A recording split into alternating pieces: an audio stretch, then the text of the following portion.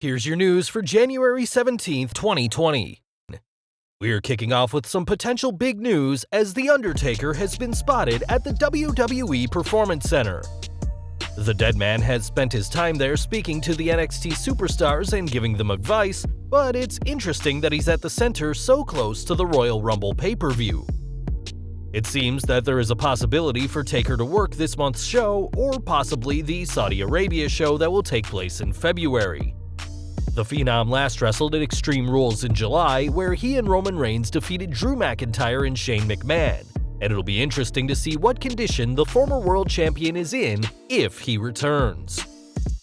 From WWE to Impact now, as new world champion Tessa Blanchard has broken her silence on allegations that she used racist language against another wrestler. On January 11th, Allison Kay accused Blanchard of using the N-word against a wrestler who turned out to be La Rosa Negro, who claims Blanchard used that word against her in 2017. Blanchard denied the allegations, but since then, other wrestlers have spoken about bullying behavior by the Impact World Champion. After remaining silent on the allegations following her title win at Hard to Kill, Blanchard posted a statement on Thursday where she flat-out denied using any racist language. Interestingly, Blanchard did not address bullying allegations in the statement, and following her victory at Hard to Kill, admitted that nobody is perfect in a post-match promo. It's hard to tell whether this was just a part of her character or in response to the allegations, but it'll be interesting to see where the company goes from here. Over to the Wednesday Night War, and this week's Bash at the Beach themed episode of Dynamite averaged 940,000 viewers and a .38 rating in the 18 to 49 demographic, similar to the week prior. The latter number was good for 5th on the night on cable TV and was up 6% from last week.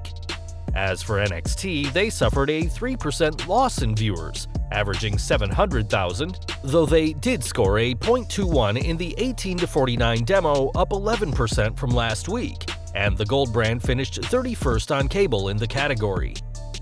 As was the case early in the ratings war, but had stopped leading into the holiday season, AEW beat NXT in every demo except those over 50. NXT had a very narrow win in that category, drawing a .35 rating to AEW's .34. The biggest gap in the demographics was in men aged 18 to 49, where AEW almost doubled NXT with a .51 compared to .26.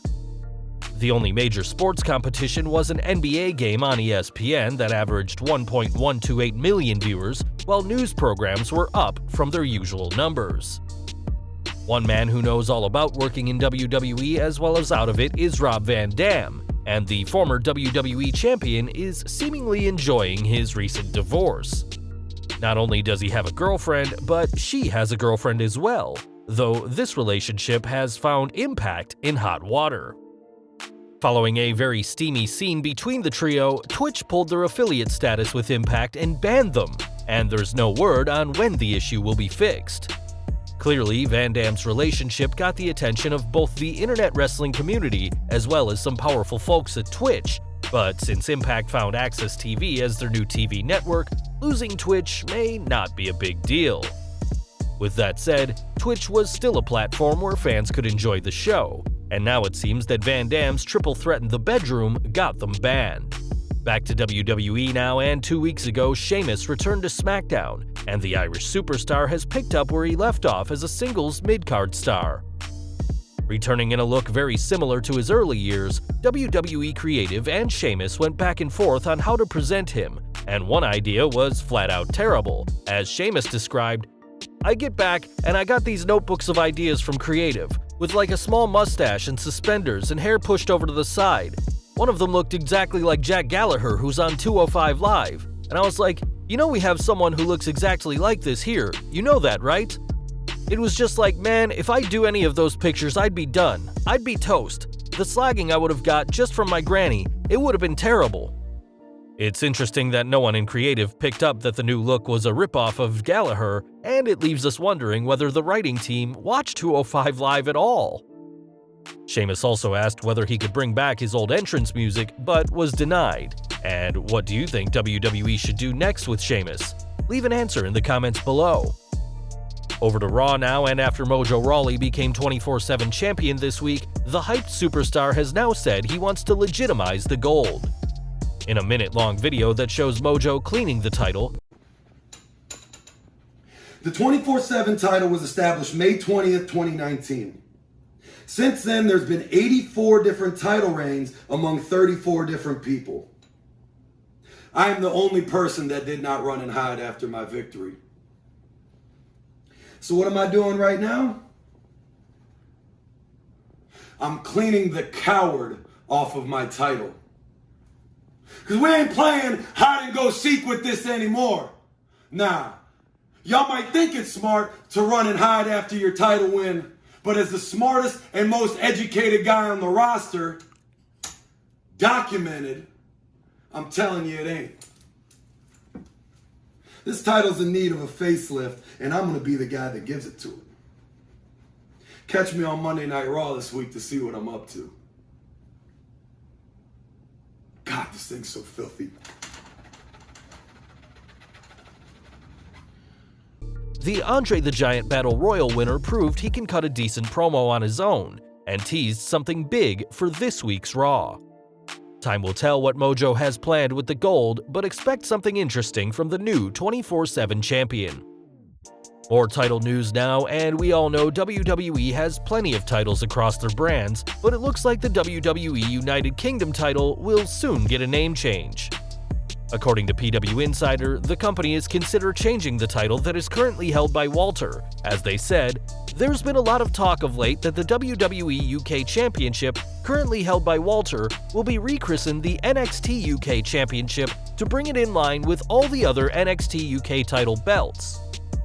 Recently, the title was modified to include the NXT logo in the center, replacing the WWE logo, and having the name change confirmed at the upcoming Worlds Collide event would be the best time to introduce a new title on a big stage.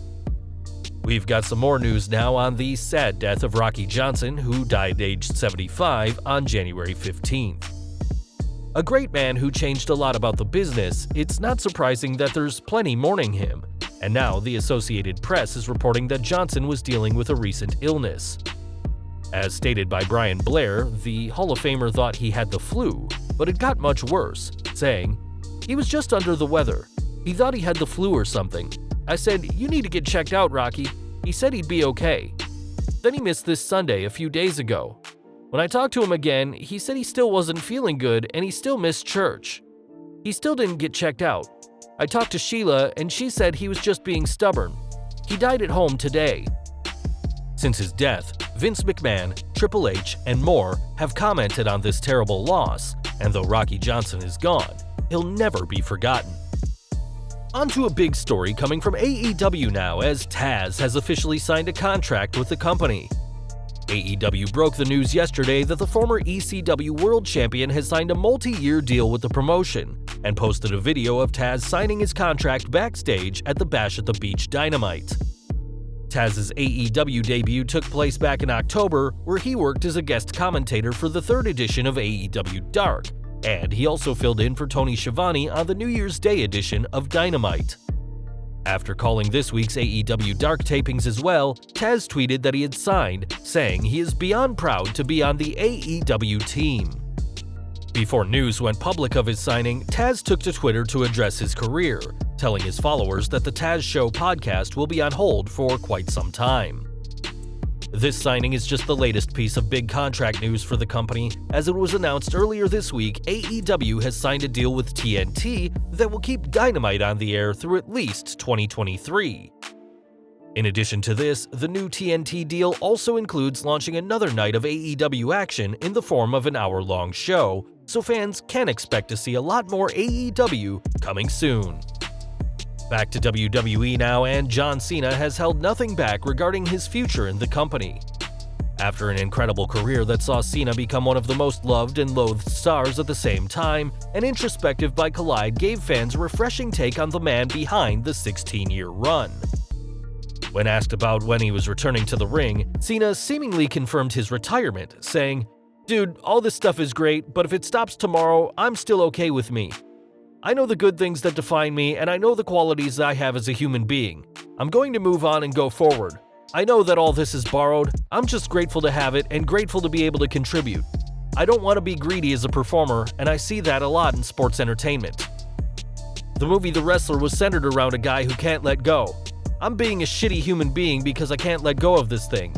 I invested my life in that company, and then there's no one, whether they like my performance or not, that will argue that. I think after the extended period of time that I put in, it's okay for me to take a step back and reflect and be like, okay, I need to have more than that in my life, because if that's all that defines me, that's a depreciating asset. Every sunset that happens, I get a little slower and a little older and a little slower and a little older, and it's eventually going to end.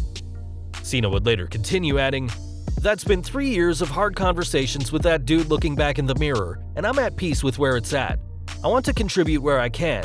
I've even talked about coaching or mentoring. Like I said, it's the environment I feel the most fluid, so I can sit down and talk to you about WWE as long as you want to talk.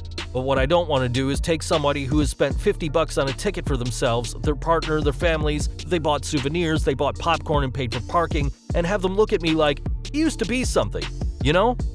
Every sunset that happens, I get a little slower and a little older." It's not exactly the news many fans will have wanted to hear, but it's good that Cena knows when to walk away. With roles in Disney's upcoming Dolittle film, as well as Project Extraction, Fast and Furious 9, and Suicide Squad 2, it makes things a lot easier for the 42-year-old to leave his WWE career in the past. With that said, it's still eye-opening to hear someone be this self-aware about knowing the right time to walk away, and after over a decade and a half of high-profile matches, Big Match John has earned this retirement. We're heading overseas now to the nation of Qatar, and the host nation for the 2022 Soccer World Cup will host a special wrestling event on February 21st.